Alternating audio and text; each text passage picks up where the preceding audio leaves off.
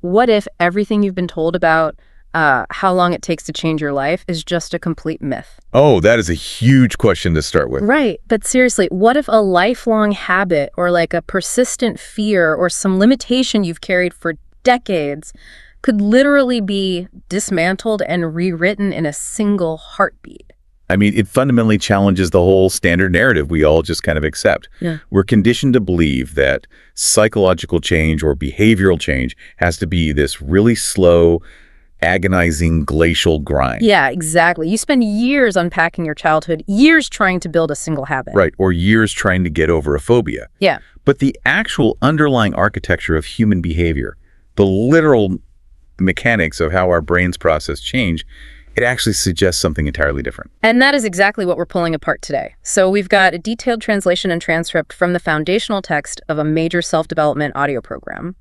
Specifically, we're looking at the principles in the first half of Awaken the Giant Within. It's classic material, but the depth is actually wild when you break it down. It really is. And the mission for this deep dive is to look right under the hood of your own mind. Yeah. We aren't just going to list off, cheesy motivational quotes. Thankfully. Right. We are going to deconstruct the actual neuroscience of how you make decisions, the biological imperatives of pain and pleasure that genuinely drive your actions, and the step-by-step conditioning required to take conscious control of your emotional state. And the goal here is to take these really broad, sometimes abstract psychological concepts and ground them directly in the reality of your daily life. Because when you actually understand the machinery, you stop being a passenger in your own life and you start becoming the engineer. Okay, let's unpack this because I want to jump right into the ultimate excuse, right? The one we basically all use at some point. Yeah, well, I know which one you're talking about. Yeah, the classic, my life is the way it is because of my circumstances. Right. It's the economy, my background, my bank account, my genetics. Exactly. And the material we're looking at today tackles this illusion of conditions right out of the gate. And it sets the stage with this highly cinematic, almost jarring visual contrast. It really paints a vivid picture. So we see the author flying a jet helicopter over Glendale, California. He's heading to this massive seminar he's hosting in Orange County. And as he's flying, he looks down and spots a very specific office building. And he actually has the pilot hover the helicopter over this building, right? Yeah, literally hovers over it. Because just 12 years prior to that moment, he had worked in that exact building as a janitor. Wow. I mean, the contrast there is just extreme. He reflects on being this struggling kid, totally terrified that his beat-up, 1960 Volkswagen Bug wasn't going to survive the 30-minute commute to his janitorial job. He was completely locked in a state of mere survival. He describes sitting alone in a tiny 400-square-foot bachelor apartment in Venice, California, literally crying while listening to Neil Diamond's I'm I Said. Just feeling utterly isolated, feeling like his life had zero trajectory, and genuinely believing he was entirely at the mercy of external events. And then you fast forward to the man in the helicopter. When he finally lands at the venue in Irvine, there's a massive traffic jam. He assumes it's an accident or just typical California gridlock. Because of course you would. Right. But the security guards tell him the jam is actually caused by the thousands of people trying to get into his event. He was expecting maybe 2,000 attendees, but 7,000 showed up to a venue built for 5. That is insane. And he is just swarmed by people telling him how his specific strategies help them pull their kids off heavy psychiatric medications, help them beat severe addictions, save their marriages, and completely restructure their financial lives. So the obvious question you have to ask is, how does a kid with no money, no connections, and literally just a high school education cross that specific chasm? Well, the conclusion drawn here isn't about luck, and it's not about some sudden financial windfall. It isolates the catalyst down to a single moment of absolute decision, a total uncompromising commitment to never settle for less than his perceived capability again. The core argument being that decisions, not conditions, determine human destiny. But I have to say, I have to push back hard on this. Go for it. Because, frankly, I struggle with the idea that conditions are just an illusion. I mean, if someone is born into extreme systemic poverty or they're facing severe institutional prejudice calling them to just, make a decision, feels incredibly reductive. Oh, absolutely. It honestly borders on toxic positivity because it ignores really harsh socioeconomic realities. How does this framework reconcile that? It's a necessary and completely valid pushback. I mean, from a sociological standpoint, systemic barriers are objectively real. Redlining is real. Generational poverty is absolutely real. But to understand this material, we kind of have to separate macro sociology from individual functional psychology. Okay, explain that distinction. The concept isn't denying that the wind is blowing against you. It is arguing about the utility of your locus of control. So in psychology, people with an external locus of control believe life just happens to them. People with an internal locus of control believe they dictate their outcomes. Right. Okay. Even if your external conditions are horrific, adopting the belief that your decisions dictate your destiny is basically the only functional tool you have to escape those conditions. It's a psychological survival mechanism. Okay, that makes a lot more sense. It's not denying the weather, it's taking ultimate responsibility for the navigation. Exactly. I think of it like a sailboat. The environmental conditions of where you were born, the macroeconomy, your physical limitations, that is the wind. It's just weather. But the weather doesn't actually determine the final destination of the boat. No, it doesn't. You can have 10 sailboats in the exact same storm, and they will end up in completely different ports based entirely on how the captain sets the rudder. The decision is the rudder. That is a perfect analogy. And historical precedent is just full of people who set their rudder against absolute gale force winds. I mean, look at Rosa Parks in 1955. Yeah. What was the neurological state she was in when she refused to give up her seat on that bus in Montgomery? She didn't have a fully mapped out strategic plan for the civil rights movement in her pocket. Right. It wasn't a 10-step corporate strategy. Exactly. What she had was a moment of absolute decision. She raised her internal standard of dignity to a point where she decided she would no longer tolerate that specific injustice, regardless of the immediate physical danger to herself. And that single internal neurological shift rippled out and altered the fabric of an entire nation. Or look at someone like Leech Walesa, a shipyard electrician who just decided to stand against the entire apparatus of Soviet communism. Yep. Or even looking at a completely different kind of barrier, like Ed Roberts. Oh, his story's incredible. It is. The material highlights him as someone who was paralyzed from the neck down at age 14, spending his nights in an iron lung. I mean, by every societal metric, his conditions were insurmountable. His weather was terrible. Truly terrible. But he made a definitive decision to transcend the physical limitations of his body, ultimately pioneering the global independent living movement for the physically disabled. You see, the word decision is thrown around so casually today. We say things like, oh, I decided to eat a salad for lunch. Right. Or I decided to watch a movie. Yeah. But the material makes a really crucial distinction between mere interest and actual commitment. Many people have a vague interest in changing their lives. They, like to be healthier, or they'd like to be financially secure. But it's not a decision. No. A true decision comes from the Latin root decider, which literally translates to cut off. Oh, wow. I didn't know that. Yeah. When you make a real decision, you are neurologically cutting off any other possibility except the specific result you have committed to. There is literally no plan B. So if decisions are the rudder, how do we actually execute a maneuver that lasts? Because the reality is human beings are terrible at maintaining decisions. We set the rudder on January 1st, and by, February 15th, the boat is drifting right back into the rocks. The classic New Year's resolution yo-yo effect. Exactly. How do we keep the boat on course without requiring superhuman willpower every single day? Well, because willpower is a depreciating asset. You wake up with a certain amount, and by the end of the day, decision fatigue sets in, and the willpower is just gone. You can't rely on it. So what's the alternative? The material outlines a 3-step architecture to essentially bypass willpower entirely and rewire the system. Step 1 is raise your standards. You have to conduct an honest audit of your life and write down exactly what you will no longer tolerate. But people do that, right? We write down, I will no longer tolerate being out of shape.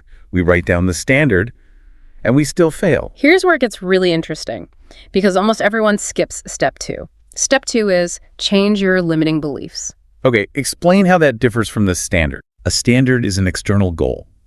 A belief is an internal operating system.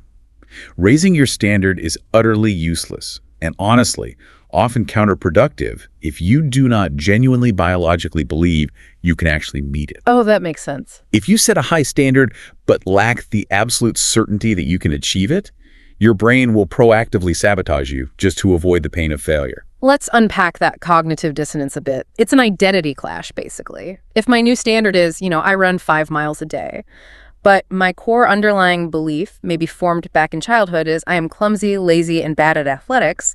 The belief will always win. Every single time. Yeah. The brain hates inconsistency. People will go to extraordinary destructive lengths to maintain the integrity of their core identity, even if that identity is making them miserable.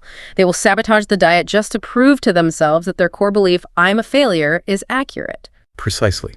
Which is why belief absolutely must precede strategy. Gandhi is cited here as a prime example. His standard was the liberation of an entire subcontinent, but it was his absolute, unshakable belief in the specific mechanism of nonviolent protest that allowed him to endure. It wasn't just a tactic. No, it wasn't just a good idea. It was a congruent certainty that gave him access to psychological resources most people never even tap into. Which naturally leads to step 3, change your strategy. So once the standard is raised and the belief is locked in, how do you actually do the thing? And the suggestion here is to avoid reinventing the wheel. The most efficient strategy is modeling. Yes. Find someone who's already producing the exact result you want and reverse engineer their approach. We tend to view success as this mysterious alchemy, but it usually leaves a very clear blueprint. Success leaves clues. Exactly. If someone is highly successful in their marriage or their business or their physical health, they aren't just universally lucky. They are running a specific set of neurological and behavioral programs. If you can map their beliefs, their syntax of thought, and their daily actions, you can drastically compress your own learning curve. You can bypass decades of trial and error. So we have the mechanism, right? Raise standards, shift beliefs, model strategies. But where are we applying this? The framework divides human experience into 5 specific domains, the 5 masteries of life. And it argues that if you neglect any one of these, the entire structure basically becomes unstable. Yeah, the first, and arguably the foundation for everything else, is emotional mastery. We operate under this massive delusion that we want physical things. We think we want the sports car or the big promotion or the ideal body. But neurologically, we don't actually want those physical objects. No, we don't. We want the emotional state we believe those things will trigger. That is such a critical distinction. You don't want the paper money. You want the feeling of security or freedom. You don't want to lose 20 pounds. You want the feeling of vitality or the feeling of being desired or, honestly, just the absence of shame. Every single action we take is simply a clumsy attempt to alter our internal biochemistry. And when you look at society through that specific lens, a lot of dysfunction suddenly makes perfect sense.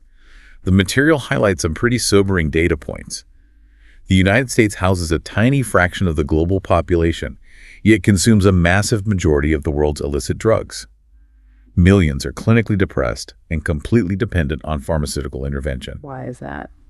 Because the population is desperate to change its emotional state, but lacks the internal psychological tools to actually do so.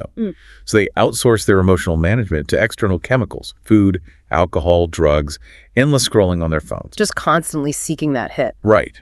Emotional mastery is about learning to generate those required states, confidence, peace, joy internally, on demand, without needing those external dependencies. The second domain is physical mastery, which is completely intertwined with the emotional side. The text quotes a 17th century physician, Thomas Moffat, who said, "We are digging our graves with our teeth." That was hundreds of years ago, and it's exponentially more accurate today. It addresses the ultimate futility of achieving your goals while actively destroying the vessel required to experience them. I mean, what is the point of achieving complete financial freedom if your biological engine is constantly exhausted, inflamed, and in pain? There is no point. We routinely poison our systems with hyperpalatable, nutrient-void foods that spike dopamine but literally destroy cellular health. Physical mastery isn't about vanity, it's about energy. It's about optimizing the physiological machine so that you actually have the stamina to execute all these decisions. Then there is relationship mastery. Because human beings are fundamentally tribal, the framework categorizes relationships as our greatest leverage point. It's about figuring out your own internal rule book, understanding the invisible rule books of the people around you, and learning how to bridge that gap. Because the ultimate human drive isn't just achievement, it's contribution. And you can't have contribution without connection. Exactly. Fourth is financial mastery. And the paradigm shift offered here is really vital. The prevailing cultural illusion is that more money cures pressure. But anyone who has significantly increased their income knows that often more money simply introduces far more complex pressure. Right, because money is essentially just a magnifying glass. It takes whatever your underlying psychological state is and amplifies it. If you are deeply insecure and anxious when you are broke, you will just be a profoundly paranoid millionaire. That is so true. Financial mastery is less about accumulation strategies and more about completely changing your philosophical relationship with wealth. It requires moving from a mindset of absolute scarcity to seeing money merely as a medium of exchange and a vehicle for contribution rather than, the ultimate arbiter of your self-worth. And finally, there is time mastery. And this isn't about like the Pomodoro technique or color coding your Google Calendar. Right. It's not a productivity hack. No, it's about understanding how the human brain actually distorts time. We have a massive cognitive bias when it comes to temporal horizons. We are atrocious at long-term forecasting. Oh, absolutely. The classic insight here is that most people wildly overestimate what they can accomplish in 1 year and catastrophically underestimate what they can achieve in a decade. We just live in a culture of micro-evaluations. If a new habit doesn't yield visible results in 3 weeks, we just abandon it. Time mastery is developing the psychological endurance to execute long-term strategies without requiring daily dopamine hits of visible progress. So to you listening right now, when you look at all 5, emotional, physical, relationship, financial, time, it's easy to see where you might be compensating. You see people who are absolute masters of finance, but their physical health is catastrophic and their relationships are barren. The goal is harmony. But to achieve that harmony, we have to go a bit deeper into the basement. We have to look at the actual operating system running all of this. And this brings us to the real bedrock of human neurobiology, the twin forces of pain and pleasure. The premise is absolute. Every single action, thought, and behavior a human being exhibits is driven by either the biological imperative to avoid pain or the desire to gain pleasure. It is the binary code of our nervous system. It almost sounds a little too simplistic, right? Can all of human complexity really be boiled down to a binary? What about deep altruism? Or what about religious asceticism? It holds up even under extreme scrutiny.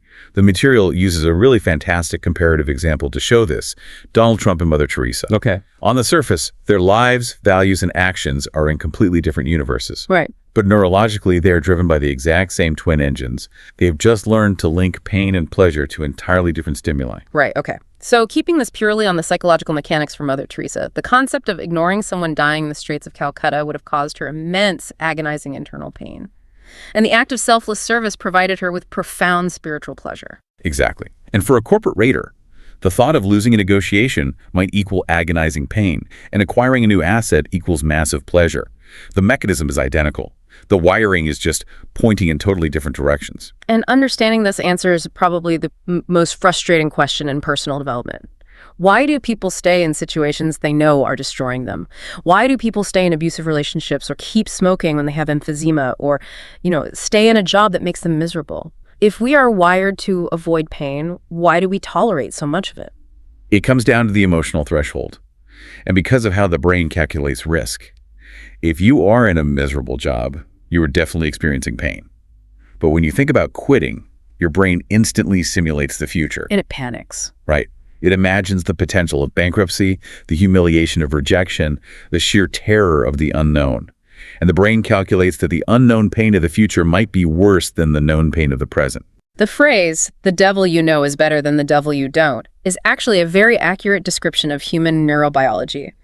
We will tolerate an incredible amount of chronic pain as long as it is familiar.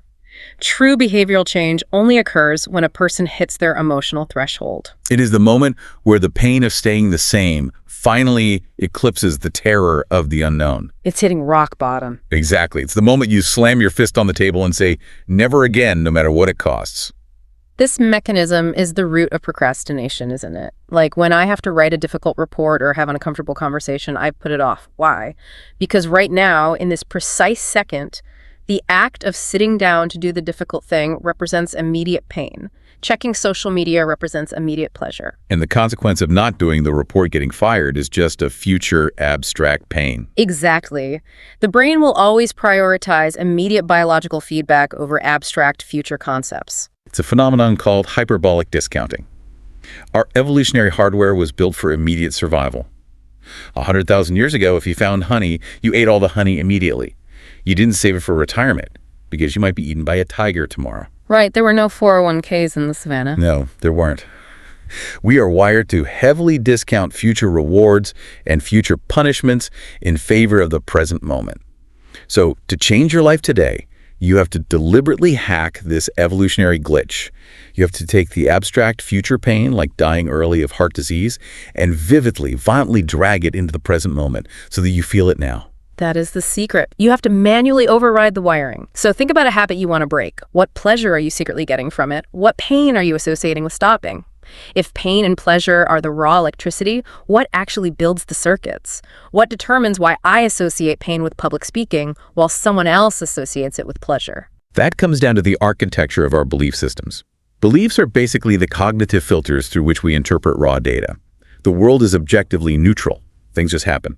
It is our belief systems that instantly categorize those events as good, bad, painful, or pleasurable. The material defines beliefs as unquestioned commands given to the nervous system. The story of Roger Bannister running the 4-minute mile is probably the most famous, irrefutable proof of how beliefs alter physical reality. It really is. Prior to 1954, the collective belief of the entire medical and athletic community was that a human being could not run a mile in under 4 minutes. Experts literally claimed the human heart would explode under the pressure. It was a global limiting belief treated as scientific fact. And then Bannister runs it in 3 minutes and 59.4 seconds. But the really astonishing part isn't his specific achievement, it's what happened next. Within a single year, 27 other runners broke the 4-minute barrier. That's crazy. And the year following that, over 300 runners broke it. Human physiology did not undergo its spontaneous evolutionary leap in 24 months. The physical reality remained entirely constant. What shattered was the psychological barrier. Once the belief that it is impossible was destroyed, the nervous systems of hundreds of athletes were suddenly given permission to access the physical resources necessary to achieve the goal. There's another incredible example provided regarding education. Marva Collins, a teacher in Chicago. She took a group of children who had been completely discarded by the public school system. They were labeled unteachable, learning disabled, or problem children. She even had a 4-year-old in her class.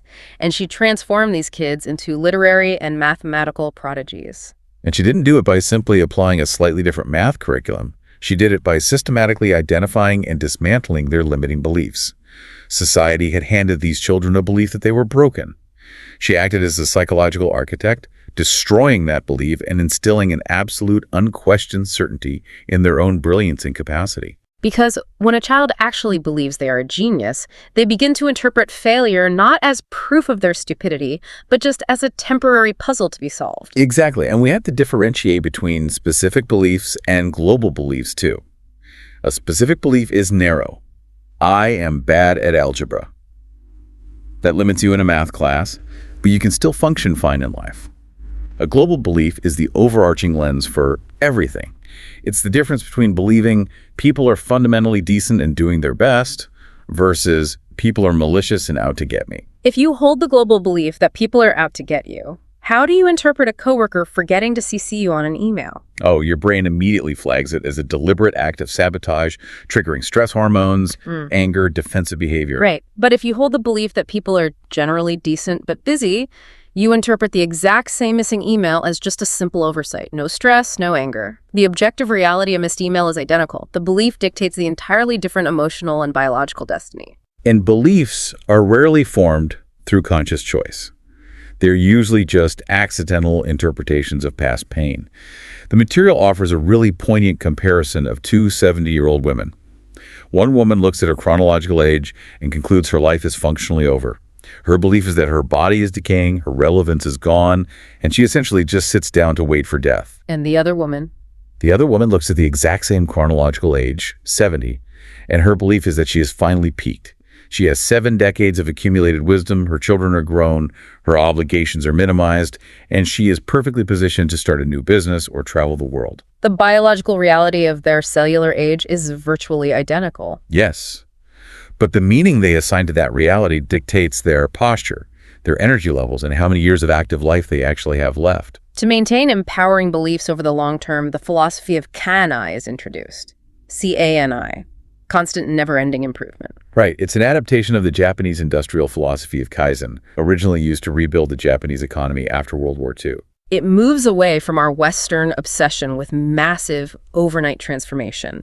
CNI is the understanding that perfection is impossible, but microscopic progression is always available. It is the river carving the Grand Canyon.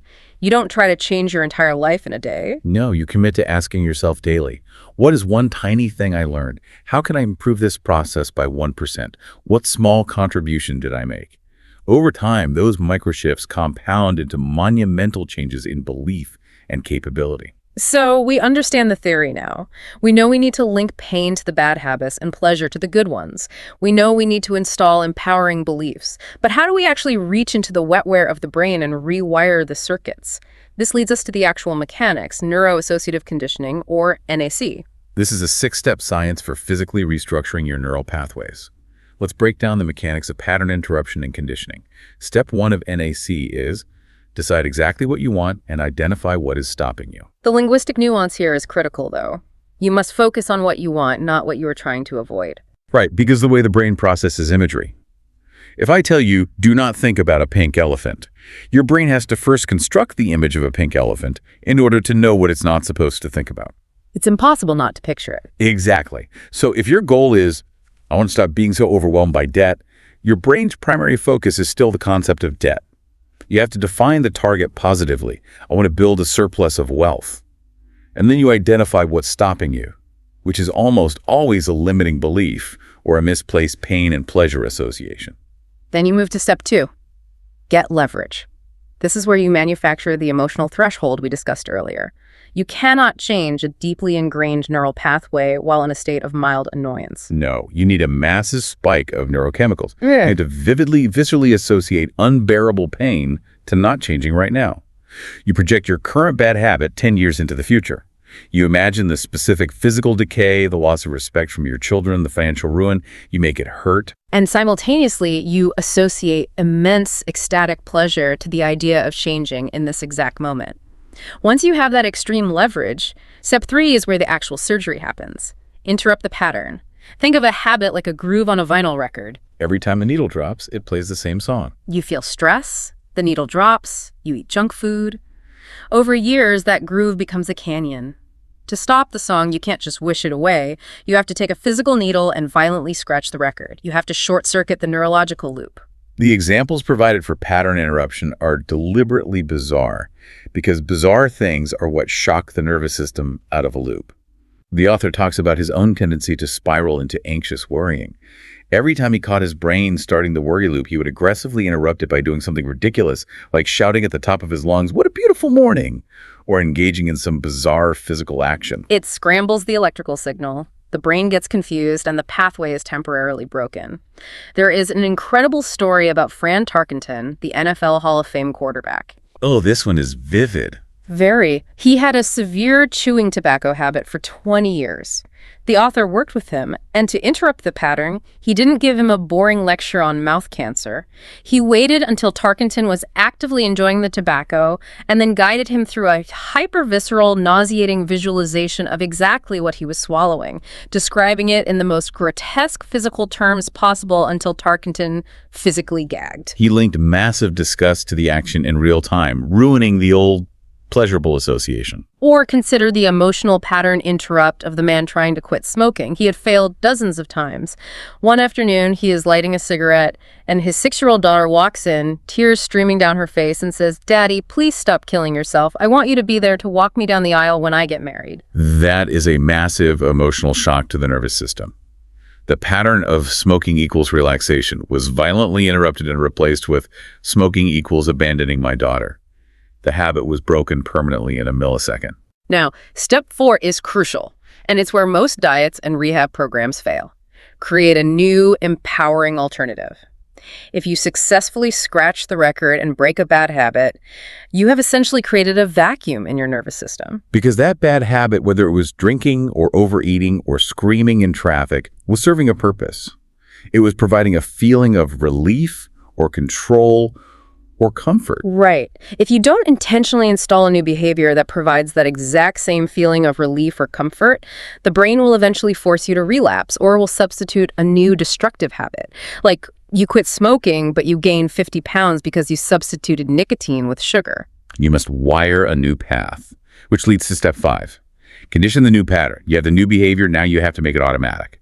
This relies heavily on Hebbian learning the neuroscientific principle that neurons that fire together wire together. You have to rehearse the new empowering alternative over and over with intense emotion. And the key to making it stick permanently is variable reinforcement. The material references Karen Pryor's work in animal training, specifically the book Don't Shoot the Dog. If you reward a dolphin every single time it jumps, the dolphin eventually gets bored and expects it. The behavior degrades. But if you reward the dolphin unpredictably, maybe on the first jump, then the fourth and the fifth, it drives the mammalian brain crazy. It is the exact psychology of a slot machine. The unpredictability of the dopamine hit is what creates the addiction. We can use this ethically on ourselves. When you execute your new empowering habit, you don't reward yourself every single time. You use variable reinforcement to create a positive addiction to the new behavior. I love the analogy used here. It says a habit is like a cable. Every single time we repeat a behavior, we weave another tiny thread into the cable. Eventually, it becomes a thick steel rope that is almost impossible to break. The 6 steps of NEC are essentially the process of taking a massive pair of bolt cutters, snapping that old steel cable, and then intentionally, thread by thread, weaving a brand new one. And finally, step 6, test it. You actively, vividly imagine the old trigger. You picture the boss yelling at you, or the moment of extreme stress. If your brain immediately defaults to the new, empowering alternative without you having to force it, the conditioning is successful. The new cable is holding the weight.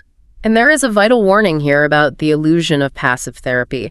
The author realized this when a former client actually blamed him because the client relapsed into smoking after 2.5 years. Right. The client was essentially saying, your programming wore off. Exactly. And the realization is that nobody can permanently program you.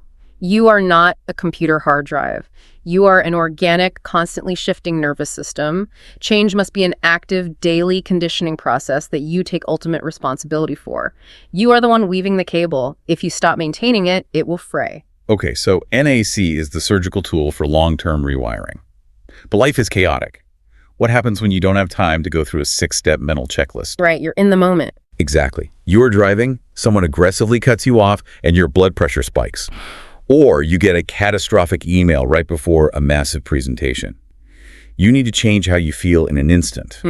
This is the domain of instant state management. State management operates on a very simple biological reality. Emotion is created by motion. The mind and the body are not 2 separate entities. They are a single, continuous feedback loop. Every single emotional state you experience, depression, joy, anxiety, confidence, has a highly specific, measurable physical posture, breathing rhythm, and facial expression attached to it. If I ask anyone listening to imagine a deeply depressed person, you immediately visualize the exact same physiology. Shoulders slumped forward, chest caved in, head tilted down, eyes dropped, breathing shallow and restricted. Now imagine someone who just won an Olympic gold medal. Chest expanded, shoulders back, head high, taking deep, powerful breaths, moving dynamically. We assume that the emotion dictates the posture. I feel sad, therefore I slump. But neurobiology shows us it is a two-way street. Proprioception, the way your body senses its own position in space, sends continuous data back to the brain. If you physically force your body into the posture of depression, your brain will eventually release the corresponding biochemistry, and you will begin to feel sad. Conversely, if you are feeling anxious or defeated, and you violently change your physiology, you stand up straight, pull your shoulders back, put a massive grin on your face, and breathe deeply from your diaphragm, you send a physical signal through the vagus nerve that forces your brain to alter its chemical output. It is biologically impossible to maintain clinical depression while vigorously jumping on a trampoline. The material illustrates this contrast beautifully by looking at 2 musical icons, John Denver and Elvis Presley. Elvis achieved unparalleled global success, adoration, and wealth. Yet internally, he was often in a state of profound agony.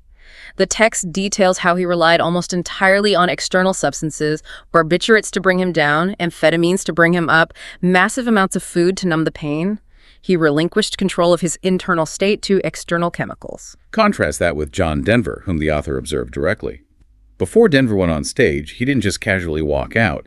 He engaged in a highly specific, intense physical ritual. He manipulated his breathing, his focus, and his physical movement to consciously engineer a state of peak joy and presence before he ever stepped in front of the crowd. He used his physiology as a manual override switch for his nervous system, which brings us to the second component of instant state management. Focus. Where are you directing the lens of your attention? There is a brilliant, terrifying analogy provided in the material regarding a skid car course. The author describes taking an advanced evasive driving course. They put him in a specially rigged car on a wet track, and the instructor intentionally triggers a violent spin, sending the car sliding completely out of control toward a solid concrete wall. When a car is spinning out of control toward a wall, your biological instinct is to stare in absolute terror at the wall. You are focused entirely on the thing you're afraid of hitting.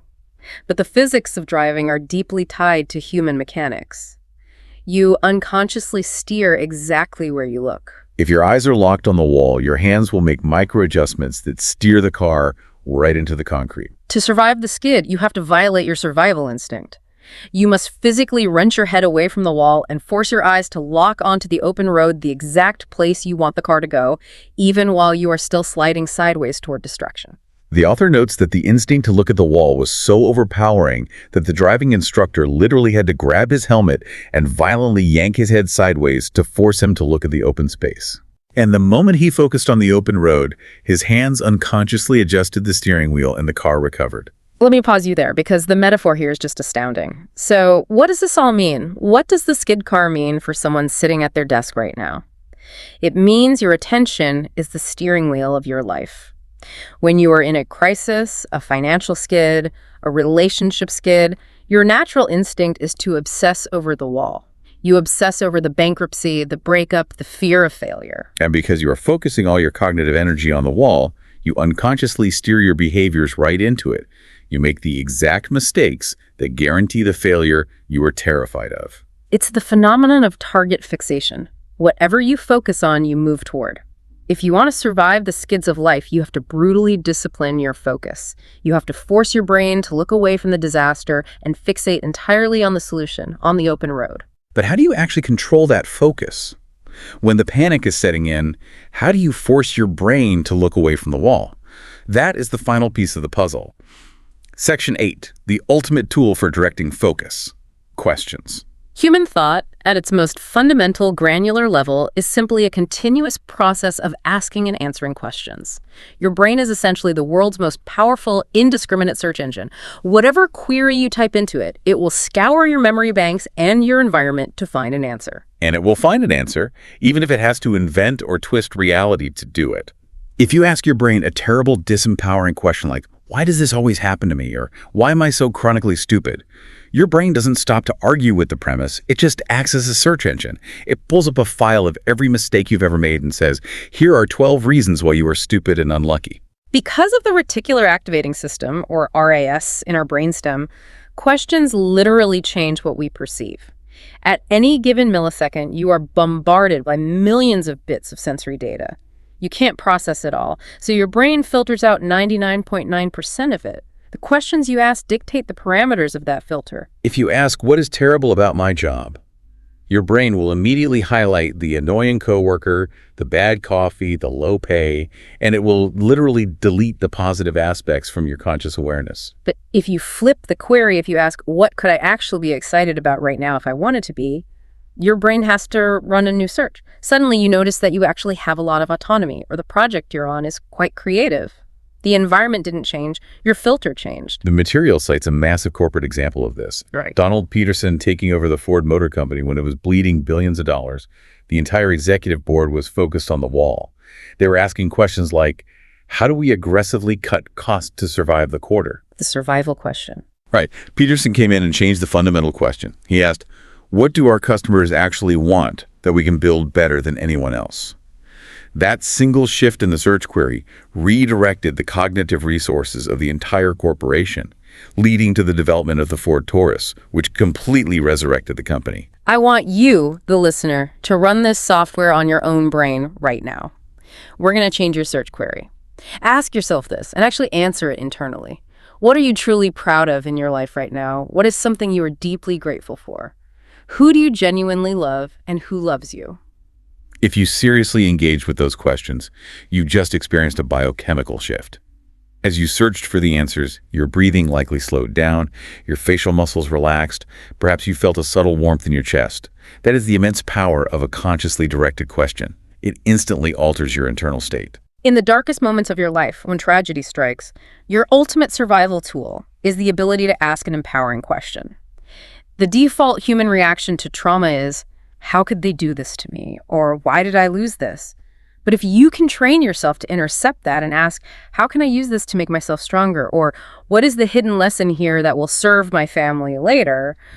You completely rewire the outcome of the trauma. You shift instantaneously from being a passive victim to an active agent. We have dissected a massive amount of cognitive architecture today. We started with the visual of a janitor crying in a Venice apartment, realizing that his life was a byproduct of his lack of decision. We've explored how raising standards and shifting beliefs are the prerequisites for lasting change. We've mapped out the 5 masteries and dug into the evolutionary biology of pain and pleasure, understanding that to change, we must manipulate our emotional thresholds to make staying the same totally unbearable. We've walked through the precise surgical steps of neuroassociative conditioning, getting leverage, violently interrupting our destructive patterns, and using variable reinforcement to wire new, empowering cables in our nervous system. And we've covered the emergency brakes, instant state management through physical posture, and steering out of the skid by using powerful questions to direct our focus toward the open road.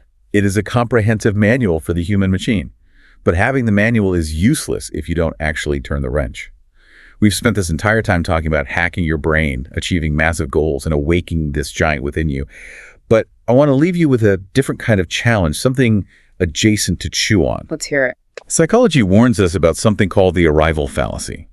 We believe that once we finally rewire our brains, once we achieve the financial mastery, the perfect body, the ideal relationship, we will enter a permanent state of bliss.